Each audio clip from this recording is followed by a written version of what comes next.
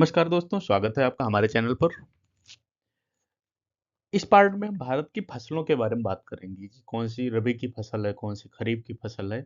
ये टॉपिक परीक्षा में हमेशा पूछा जाता है। एक दो सवाल कई बार मिलान करने के नाम पर पूछ लिए जाते हैं, कई बार एमसीक्यू में वैसे पूछ लिए जाते हैं। तो ये बहुत महत्वपूर्ण टॉपिक आपके लिए रहने वाला है, इसलिए वीडियो को पूरा देखिएगा।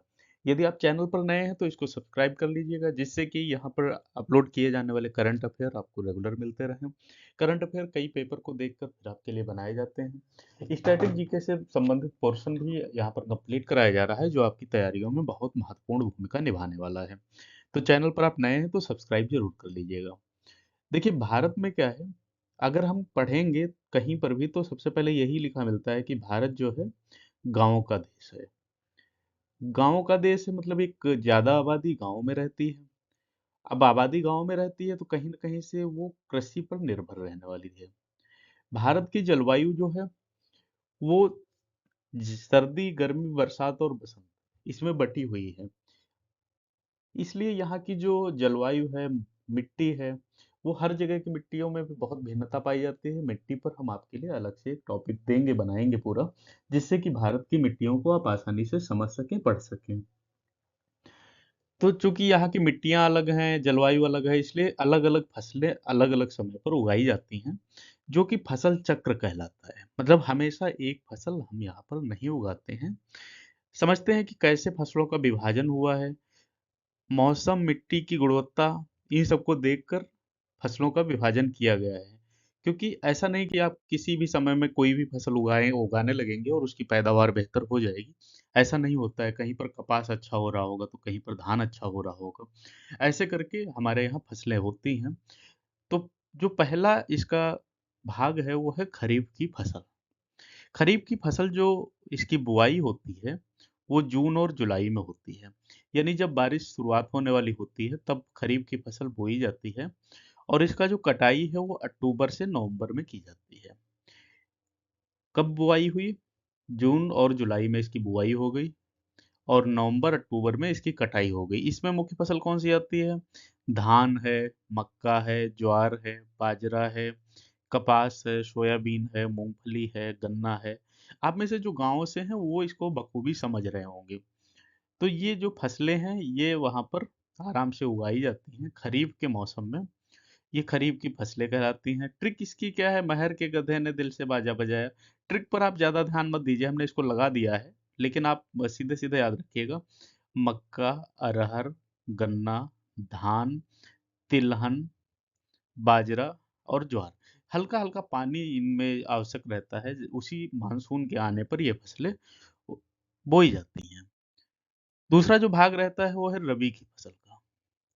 तो रबी की जो फसलें हैं इनको, इनका बुआई का जो समय रहने वाला है वो सर्दियों में है। सर्दियों में इनकी बुआई की जाती है, यानी अक्टूबर महीने के नवंबर महीने के बीच में। सर्दी जब प्रारंभ हमारी होती है, यानी जब हमारी खरीफ की फसल कट के पहुंच गई है, इसके बाद रबी की फसल का समय आता है। इनकी कटाई है अप्रैल मई में, यानी गर्मियों के टाइम में इनकी कटाई होती है। आप सबको पता है इसमें गेहूं आएगा, जौ आएगा, चना आएगा, सरसों आएगा, मटर आएगा। ये इस समय की फसलें हैं। सर्दी में बोया, गर्मियों में काटा। अक्टूबर नवंबर में इनको बो देना है और मार्च अप्रैल मई तक इनकी कटाई हो जाती है। ट्रिक इनकी है, आज सच में राई में गेम खेला। ट्रिक पर फिर हमें ध्यान नहीं देना है, लेकिन बस ये है, समझ लीजिएगा। आलू, जौ, सरसों, चना, राई, गेहूं और मटर।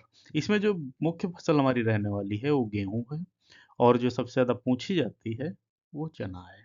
चना कई बार पूछा गया है कि चना रबी की है, खरीफ की है, किस मौसम की फसल है।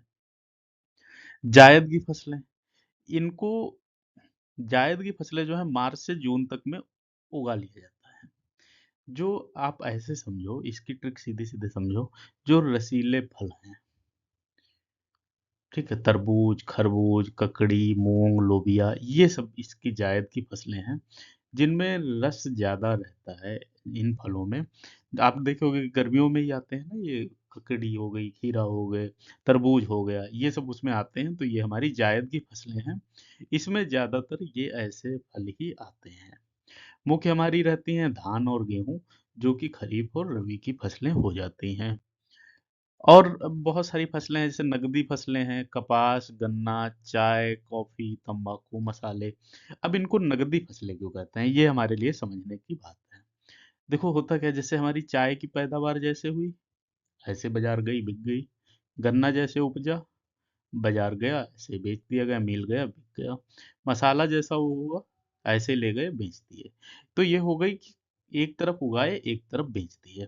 अब होता क्या है, जैसे गेहूँ है, गेहूँ से आटा बना, आटे को बेचा गया, तो ये नकदी फसल तुरंत वाली नहीं होती है।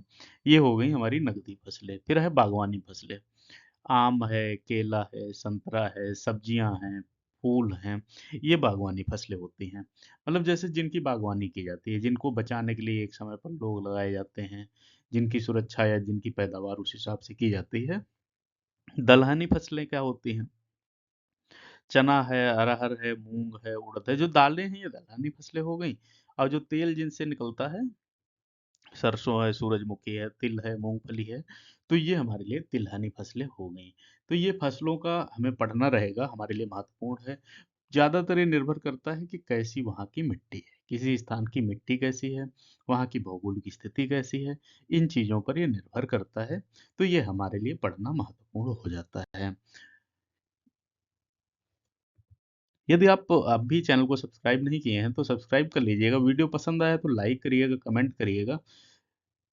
आपको यहाँ पर डाले गए करंट अफेयर या आपकी परीक्षा से संबंधित जितने तथ्य हैं यहीं से मिलते रहेंगे। आपके लिए बहुत बेहतर चैनल है ये, बेहतर चैनल स्पेशल 50 वाले जो हैं वही सब आपके कंटेंट ढूँढने वाले सर वगैरह हैं, तो इसलिए बहुत अच्छा चैनल है। यहाँ से आपको लगभग तैयारी का सारा मटेरियल मिलता रहेगा। मिलते हैं अगले वीडियो में। धन्यवाद।